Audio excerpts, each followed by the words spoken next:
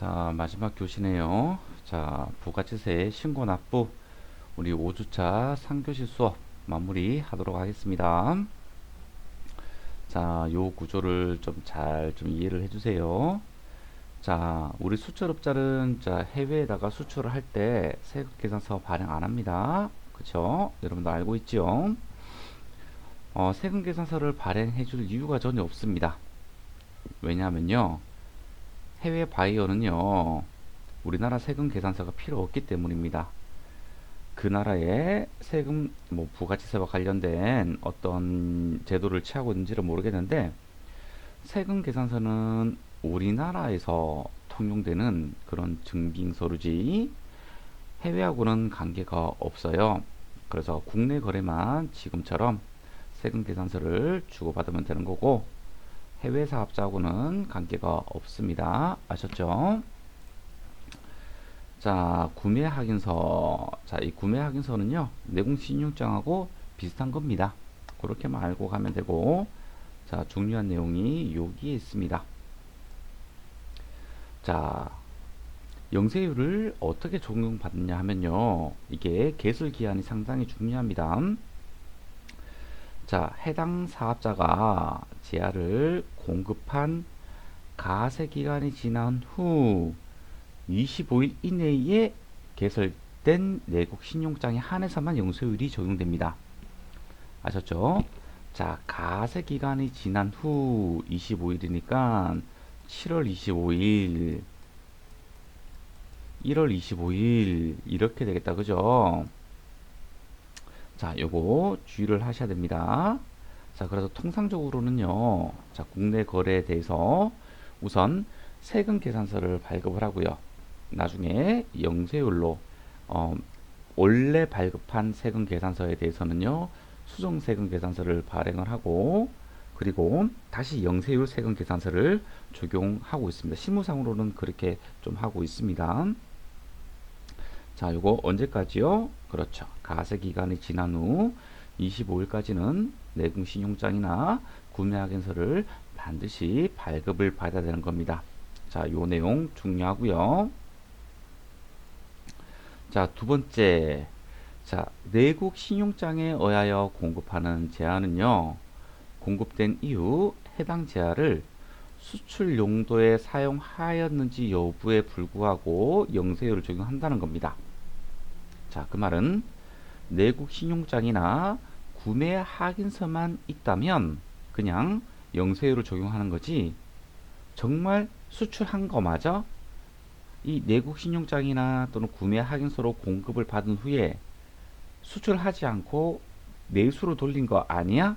자, 이런 것들을 생각하지 않고 그냥 자료만 들어오게 되면 영세율을 적용한다는 겁니다. 아셨죠? 자, 그리고 대행 위탁 수출. 자, 여기와 관련된 내용 중에 중요한 내용이 하나 있어서 한번 보도록 할게요. 자, 수출업자와 다음과 같이 수출 대행 계약을 체결하여 수출업자 명의로 수출하는 경우에, 자, 이 말이 뭐냐면요. 자, 원칙상 수출업자가 실제로 수출을 해야 되죠. 그런데 이 수출 생산업자, 자, 그러니까 우리 자료에서는 여기에 해당되는 친구들이다. 그죠? 여기에 해당되는 친구들이 수출 생산업자가 되는 거예요. 자, 이 친구들이 바로 수출업자하고 수출 대행 계약을 체결한 다음에 생산하고, 그리고 나서 수출업자 명의로 수출 생산업자가 수출한다는 겁니다. 아셨죠? 수출업자 명의로 수출 생산업자가 수출을 하게 되면 수출품 생산업자가 외국으로 반출하는 제한은 영세율을 적용받을 수가 있습니다. 아셨죠? 자, 이렇게 돼야 된대요. 자, 어떻게 돼야 되냐면, 자, 수출품 생산업자가 직접 수출 신용장을 받아서요, 수출업자에게 양도를 하고 수출 대행 계약을 체결을 해야 되고요. 두 번째, 수출업자가요, 수출 신용장을 받고요, 그리고 수출품 생산업자와 수출 대행 계약을 체결한 상태여야 해당이 되는 겁니다. 자, 요거는 아까 좀 전에 설명을 했기 때문에 생략을 하고요. 자, 수출을 대행하는 수출업자가 받는 수출 대행 수수료는요, 국내에서 제공한 용역이기 때문에 부가가치세 가세 대상에 해당됩니다. 수출 대행 수수료까지 영세율을 적용하는 거 아닙니다. 수출 제하의 공급입니다. 그죠? 그 제하의 공급에 대해서 영세율을 적용하는 거지, 이런 국내에서 제공한 용역으로 보는 수출 대행은요, 부가가치세가 가세가 된다는 겁니다. 아셨죠? 자, 4번. 자, 우리 영세율과 관련된 마지막 내용인데요. 자, 어떠한 그 증빙 서류들이 있는지 한번 살펴보도록 할게요.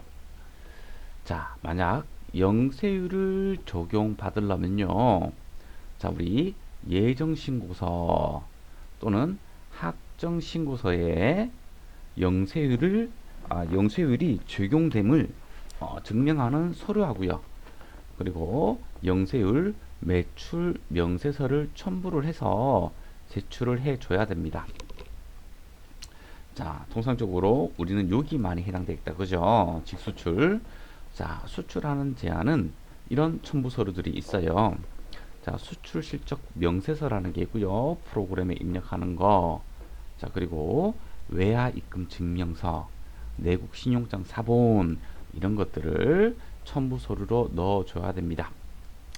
자, 하지만 제출하지 않은 경우에도요, 자, 실제 영세율 적용 대상이 이미 확인이 되게 되면 영세율은 적용받을 수 있습니다. 자, 하지만 디메리트가 따릅니다.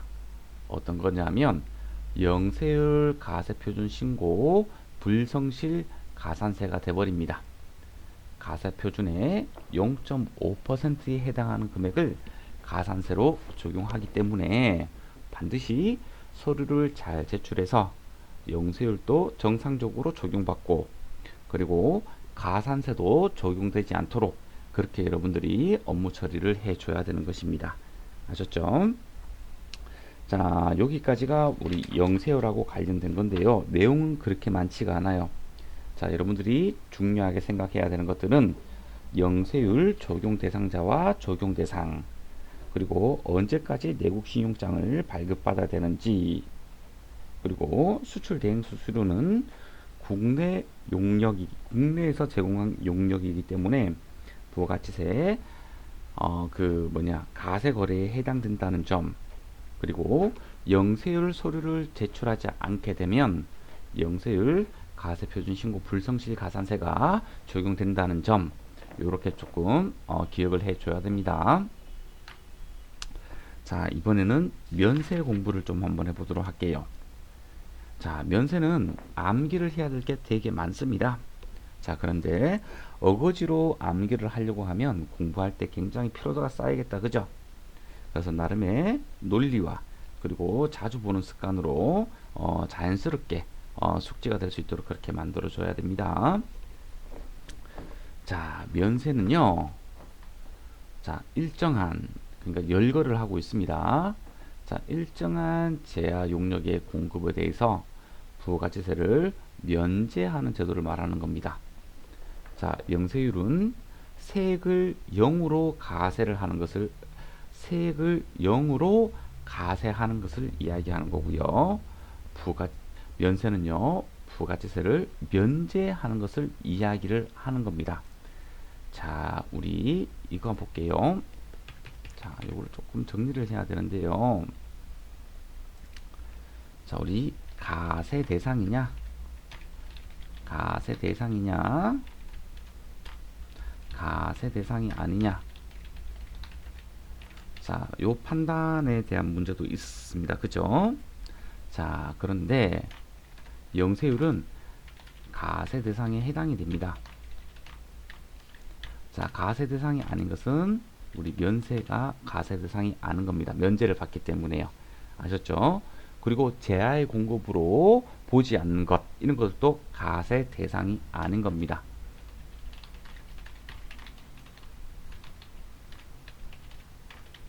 아셨죠? 애초에 부가치세가 가세 대상이 아닌 거란 거죠. 하지만 영세율은 일단 가세 대상입니다. 하지만 세액이 0이라는 거고, 얘는 가세 대상이 아니기 때문에 세액이 면제가 된다는 겁니다. 아셨죠? 자, 요게 차이점인 거예요. 결국에는 얘도 세액이 0이라고 얘기할 수 있지만 세액이 0이 아닙니다. 아셨죠? 그냥 세액이 면제가 되는 겁니다. 하지만 영세율은 세액이 0입니다. 그리고 얘는 가세사업자에 해당하기 때문에 매입세 공제가 적용 가능합니다. 하지만 우리 면세, 제하의 공급으로 보지 않는 사유랑 이제 구분을 해야 돼요. 자, 면세는요, 세액이 면제가 되고 가세사업자가 아니기 때문에 매입세 공제를 적용할 수가 없습니다. 아셨죠? 제하의 공급으로 보지 않는 것은 매입세액을 공제를 받았던 받지 않았던 아무런 상관이 없는 거고요. 면세는 매입세 공제를 적용할 수가 없습니다. 자, 요거를 좀 알아야 됩니다. 자, 그래서 매입세 공제가 가능하기 때문에 우리 영세율은 완전 면세 제도라고 이야기를 합니다. 하지만 면세는 매출세액이 면세가 되는 거기 때문에 매입세 공제는 적용할 수가 없거든요. 그러다 보니까 불완전 면세 제도라고 이야기합니다.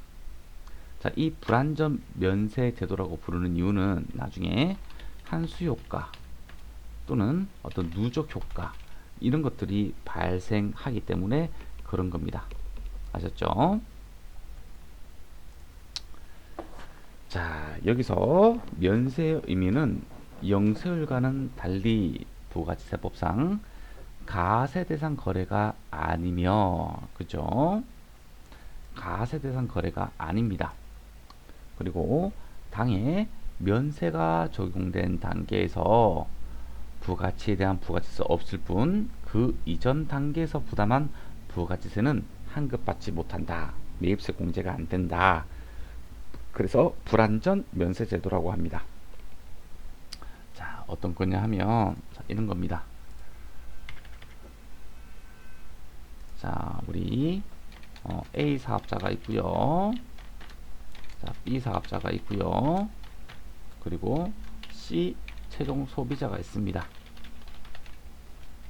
자, B 사업자는요, 면세 사업자에 해당이 됩니다.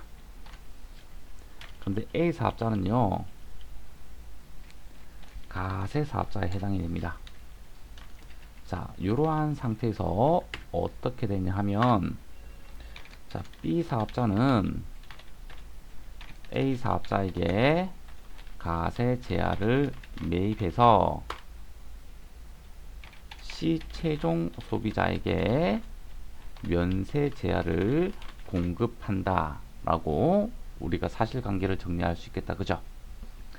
자, 이럴 때 자, A 사업자에게 지급한 우리 그 부가가치세 매입세액이라고 한다. 그죠? 매입세액에 대해서 매입세 공제가 적용 가능하지 않고요. C 최종 소비자에게 면세 제하를 공급할 때 부가가치세를 징수하지 않습니다. 아셨죠? 자, 요렇게 되는 거예요. 자, 요 내용을 얘기하고 있는 거예요. 아니, B 사업자가 면세 사업자인데 A 사업자로부터 물건을 매입할 때 면세로 사야 되는 거 아닌가요? 이렇게 생각을 하면 안 됩니다. 왜냐하면 이 A 사업자는 A 사업자만 판단을 하는 겁니다. A 사업자가 가세 사업자입니다. 근데 이 B 사업자가 면세 사업자로 해가지고 면세로 넘겨주지는 않습니다. 아셨죠? 자, B 사업자는 B 사업자로만 판단을 해줘야 됩니다. B 사업자가 면세 사업자라고 해서 면세 사업에 공할 가세 제한을 공급했을 때 면세가 되느냐 되지 않습니다.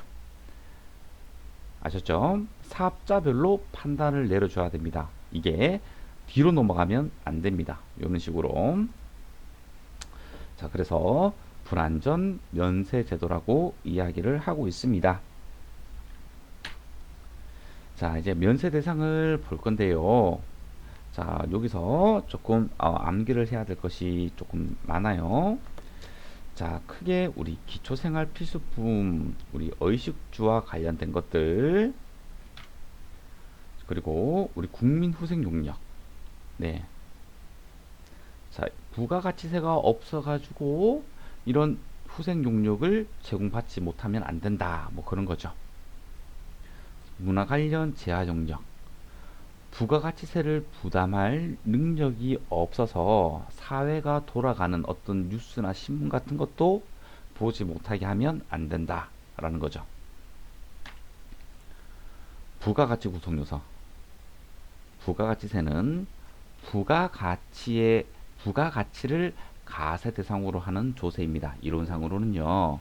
자, 그런데 이런 부가가치를 구성하는 그런 요소에다가 부가세를 가세하면 안 되겠다. 그죠? 만들어낸 부가가치에 대해서 가세를 해야 되는데 그 부가가치를 만들어내는 그런 요소에다가 하면 안 되겠다. 그죠? 그리고 여러 가지 목적에 따라 가지고 이거 말고도 상당히 많은 우리 면세 대상이 있는데요. 이런 기본적인 내용들은 우리가 알고 지나가야 되는 겁니다. 아셨죠? 자, 이제 하나씩 살펴보도록 하겠습니다. 자, 기초생활 필수품 중에요. 자, 우리 의식주에서 그 식이다, 식. 그죠? 굉장히 먹는 거는 중요하죠. 자, 가공되지 않은 식료품이에요. 만약에 가공이 되었다. 그러면 가세 대상이 되는 겁니다. 가공되지 않은 식료품입니다. 자, 먹는 거다. 그죠? 자, 먹는 거는 농산물, 축산물, 수산물, 임산물 이런 것들이 포함이 되겠다. 그죠? 자, 이런 가공되지 않은 먹는 거는요. 자, 국내산이든 해외산이든 불문을 하고 먹는 거는 중요하기 때문에 면세를 해준다는 겁니다. 결국 우리의 주식인 쌀을 기준으로 본다면 쌀은 가공하지 않았습니다. 하지만 햇반은 가공을 했습니다. 자, 이런 쌀을 우리가 살 때, 자, 우리가 밥맛이 좋은 뭐 요주쌀, 이천쌀, 자, 이런 것들도 면세를 받을 수 있습니다. 하지만 가격이 많이 비쌉니다. 자, 중국에서 넘어오는 쌀 쌉니다. 하지만 품질이 이천쌀이나 여주쌀보다는 좋지 않습니다. 하지만 최소한 먹는 거는 해결을 해줄 수 있어야 되잖아요. 의식주에서 식인데 그죠? 먹는 거는 상당히 중요한데 그래서 국내외를 불문하고 미가공된 식료품에 한해서는요. 국내외 상관없이 전부 다 면세를 해주고 있습니다. 자, 두 번째는요. 가공되지 않은 농축수 임산물 중에서요. 먹지 못하는 거입니다. 이런 가공되지 않으면서 먹지 못하는 거는요. 국내 거만 면세를 해주고 있습니다. 해외 거는 가세를 해주고 있습니다. 어떤 장식용 그리고 비싼 뭐 나무들 뭐 이런 것들은 사실 그 해외에서 들어오는 것들은 상당히 고가 제품들이 많잖아요. 자, 그게 기초생활과 관련이 돼 있느냐? 관련이 별로 없죠. 자, 하지만 이 국내 생산은요, 어떤 목적이 있습니다. 어, 자, 그런 것들을 길러내는, 그 뭐냐, 어떤 우리 농부들, 그리고, 어떤 그 기초 산업의 어떤 성장을 위해서, 정책적으로 이런 부가가치세, 그리고 소득세 같은 경우에도 그 소득세도 이게 가세를 하지 않는 그런 범위들이 있거든요. 자, 그래서 우리 국내산에 관해서는 부가가치세든 소득세든 조금 유리한 입장에서 취해주고 있습니다. 그래서 여러분들은 이제 단순하게 제가 논리를 말씀을 들었으니까 이제 단순하게 좀 암기를 해줘야 돼요. 먹는 거는 다 된다. 하지만 못 먹는 거는 국내 거만 면세다. 자, 이렇게 조금 생각을 해주세요. 자, 수돗물. 자, 물은 살아가는 데 있어서 굉장히 중요합니다. 없으면 안 됩니다. 당연히 부가치세가 가세된다는 것은 말도 안 됩니다. 하지만 생수는 가세입니다. 가공이 되었거든요. 자, 그래서 수돗물을 생수병에다가 넣어 먹는 거거나 또는 생수를 이렇게 PT로 먹는 거든 똑같은 PT로 먹는 거지만 이게 사항이 다르다. 그죠? 사항이. 네. 없는 사람들은 수돗물을 끓여서 PT에 넣어서 드시는 분들도 계실 거고 그것까지는 가세하면 안 되겠다. 그죠? 자, 그래서 수돗물은 우리가 살아가는 데 있어서 필수적인 요소이기 때문에 연세를 해주는 거고요. 생수는 기호입니다. 생수는 기호예요. 그래서 그런 기호식품 같은 경우에는 가세를 하고 있습니다. 자, 연탄과 무연탄입니다. 자, 요즘 연탄으로 보일러를 운용을 하는 데가 그렇게 많이는 없죠. 근데 하지만 제가 어렸을 때만 하더라도 자, 연탄 보일러가 상당히 많이 있었다. 그죠? 연탄은 그때는 생활하는 데 있어서 없으면 안 되는 거였어요. 연탄 가지고 방도 따뜻하게 하지만 연탄에다가 요리도 해 먹고 구워도 먹고 그렇기 때문에 상당히 중요한 자원이었습니다. 그래서 예전에 공부할 때는 이렇게 무연탄 같은 것들 없을 그죠? 자, 이런 것들을 이제 부가지세가 없다 뭐 이런 식으로 외웠던 것 같아요. 유연탄은 부가지세가 있다 뭐 이런 식으로.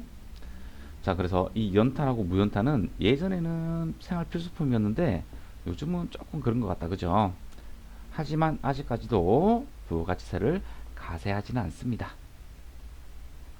유연탄, 갈탄, 착화탄은 가세합니다. 기호거든요, 이것도. 네. 불을 붙게 하는 것들, 뭐 이런 것들. 네. 자, 그리고 여성용 생리처리 위생용품, 영유아용 기저귀 분유. 부가가치세를 부담하기 힘들어서 애를 키울 수가 없다. 기저귀를 살 수가 없다. 분유를 먹일 수 없다. 이러면 상당히 힘들잖아요. 자, 그래서 우리 기차생활 필수품으로 분류를 하고 있습니다.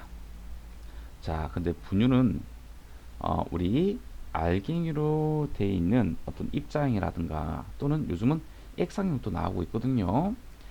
모두 다 포함인 거예요. 분유는요. 자, 그리고 여객 운송 용역. 자, 우리가 출근을 할 때도 여객 운송 용역을 제공을 받고요. 그리고 우리가 가족들을 만나러 갈 때도 여객 운송 용역을 제공받습니다. 자, 그래서 이런 생활의 필수적인 여객 운송 용역에 대해서는요, 부가치세를 면제를 해주고 있습니다. 자, 어떤 게 있냐면, 자, 시내버스, 그죠? 시외버스, 지하철, 마을버스, 이런 고속버스는 면세 대상에 해당이 됩니다. 하지만 고속버스 중에 이것도 기호다. 그죠? 일반 고속버스는 우리 자리가 조금 비좁잖아요. 근데 우등버스는 어떻게 돼 있죠? 자리도 넓고 그리고 의자가 180도로 뒤로 넘어져서 자면서도 올 수 있습니다. 그리고 일반 고속버스보다 더 비쌉니다. 그런데 우리가 고속으로 달리는 버스임에는 틀림은 없고요. 자, 이 우등도 사실은 일반 고속버스를 탈 수 있음에도 불구하고 기호적으로 조금 더 편하게 가겠다는 거잖아요. 자, 이런 것들은 전부 다 가세에 해당이 됩니다. 어떤 기호가 들어갔다고 하면요. 자, 사람들을 모아서 간다. 전세버스. 이것도 가세입니다. 기호거든요. 자, 고속철도. 자, 이런 고속버스라는 유용한 수단도 있는데 조금 더 빨리 가려고 기호적으로 선택하는 이런 고속철도. 자, 이것도 가세입니다. 택시도 가세입니다. 시내버스나 시외버스를 탈 수 있을지언정 탈 수 있음에도 불구하고 조금 더 편하고 빨리 가려고 기호적으로 선택한 것들 전부 다 가세에 해당이 됩니다. 아셨죠? 자, 그리고 자, 주택 그리고 주택에 딸려 있는 토지의 임대 용역. 자, 그래서 주택의 임대는 면세입니다. 아셨죠? 이 얘기를 해주고 싶었던 겁니다. 자, 주택은요, 우리 건물과, 그리고 그 건물은 땅 위에 있죠. 그래서 주택이라고 하게 되면 그 건물과 그 토지 모두를 이야기하는 겁니다. 그래서 주택 건물도 면세, 주택 토지도 면세에 해당이 됩니다. 자, 여기서 겸용주택이라는 게 있는데요. 이 겸용주택은 자, 여러분들 주위에 보면 이런 건물들이 많습니다. 1층에는 GS25가 있고 2층부터 3층까지 3층 건물인데 2층과 3층은 주택으로 사용하고 있는 겁니다. 그게 원룸이 될 수도 있고요. 원룸보다 더 큰 투룸 또는 연립식으로 돼 있는 그런 주택을 말합니다. 상가와 주택이 겸해서 사용하고 있는 주택을 이야기합니다. 자, 이럴 때는요, 주택 부분 면적이 클 때만 전체를 주택으로 보는 겁니다.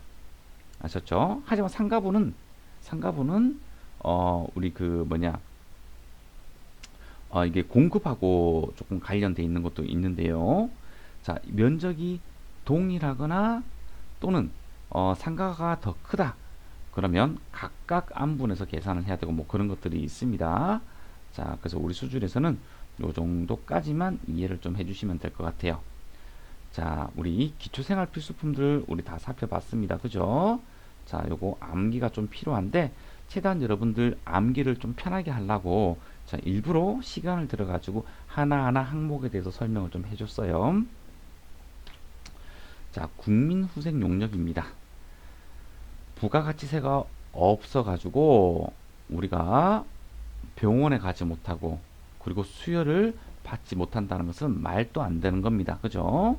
자, 그래서 이거는 부가가치세를 가세를 하면 안 됩니다.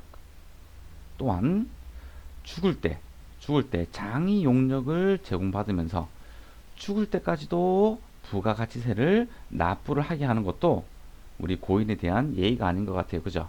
그래서 죽을 때는 부가가치세를 가세하지 않습니다. 자, 여기서 우리가 가세되는 것을 조금 살펴봐야 되는데요. 자, 약사는 두 가지 의약품을 판매를 하고 있습니다. 하나는 의사가 처방을 예로 들어서 처방을 토대로 만든 조제약품이 있습니다. 조제약품. 자, 이 조제약품은 우리가 약국에 방문하게 되면 우리 처방전을 우리 약사님한테 드리게 되면 약사님이 어느 뒤에 밀실 같은 데 들어가서 만들어오죠. 그 밀실에서 만든 약품을 조제약품이라고 합니다. 자, 이 조제약품이 의료보건 용역에 들어가서 면세가 된다는 거고요. 자, 우리 약사님 바로 앞에 보면 여러 가지 제품들이 있습니다. 뭐 두통약도 있고요. 배가 아플 때 먹는 약도 있고요. 그리고 우리 귀여운 캐릭터가 걸려있는 어떤 그 마스크라든가 또는 데일밴드라든가 자, 이런 것들 그런 것들을 우리는 일반 의약품이라고 이야기를 합니다. 자, 그거는 가세에 해당이 됩니다. 아셨죠? 그리고 미용 목적 성형수술 자, 가세입니다. 미용 목적입니다. 아셨죠? 자, 우리 여기서 말하는 의료보건 영역은요, 치료를 목적으로 해야 됩니다. 또는 질병 예방을 목적으로 해야 됩니다. 그런데 이런 치료나 질병 목적이 아니고 단순히 아름다워지기 위해서 하는 성형수술은 가세에 해당이 됩니다. 자, 성형수술도 우리가 얼굴에 상처를, 그러니까 어떤 상해를 입어서 그 상처 치료를 목적으로 하는 성형수술도 있겠죠. 자, 그런 것들은 치료 목적이기 때문에 면세에 해당이 됩니다. 자, 미용 목적은 우리가 조금 외모에 대한 자신감을 얻기 위해서 하는 수술 종류잖아요. 자, 그런데 여러분들 여기까지 이렇게 파생해서 생각을 하면 안 돼요. 어떤 쌍꺼풀 수술을 하고 나서 어떤 외모에 자신감을 얻어서 우울증이 치료가 되었다. 그러면 이것은 치료를 목적으로 하는 성형수술이냐 아니냐, 자, 그런 것까지는 이렇게 파생해서 하면 안 돼요. 아셨죠? 말도 안 되는 논리잖아요. 그죠?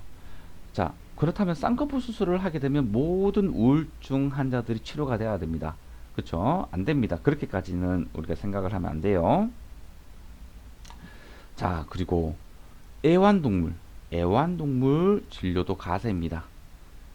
자, 이런 미용 목적이나 애완동물은 기호잖아요. 그죠? 막 미용 목적 성형수술이나 애완동물을 키우지 않으면 막 기초생활이라든가 막 이런 국민 후생이 뭐 뭐냐 이렇게 뭐 감소되거나 어떤 효용이 이렇게 감소되는 건 아니잖아요. 그죠? 자, 그래서 이런 선택적 그리고 기호적 이런 성격이면 모두 다 가세 대상에 해당된다고 보면 됩니다. 하지만 선택적이라도 여기 산후조리원 있죠? 자, 요거는 면세예요. 자, 요거는 면세예요. 그리고 기초생활수급자가 기르는 동물, 애완동물을 얘기하겠죠. 기초생활수급자가 기르는 애완동물은 면세예요. 하지만 기초생활수급자가 아니면 가세에 해당됩니다. 아셨죠? 산후조리원도 사실은 기호예요. 선택적인 거예요. 집에서 산후조리를 하시는 분들도 은근히 있거든요. 자, 근데 요즘 산후조리원 거의 웬만하면 다 가죠. 이런 산후조리원도 일반화되었기 때문에 면세로 좀 해주고 있습니다. 자, 그리고 허가받은 교육 용역, 요거 요거 면세입니다. 무허가 교육 용역은 가세에 해당이 됩니다. 아셨죠? 그래서 이 교육 용역을 면세를 제공받고자 하려면 허가를 받고 교육업을 진행을 해줘야 됩니다. 무허가는 가세입니다. 운전면허 학원은 언제나 가세입니다. 아셨죠? 이제 이것도 이게 조금 면세가 돼야 되는 항목 같은데 아직도 가세를 취하고 있더라고요. 그죠? 네, 언제적 얘기인데. 자, 그리고 문화 관련 재하 용적입니다.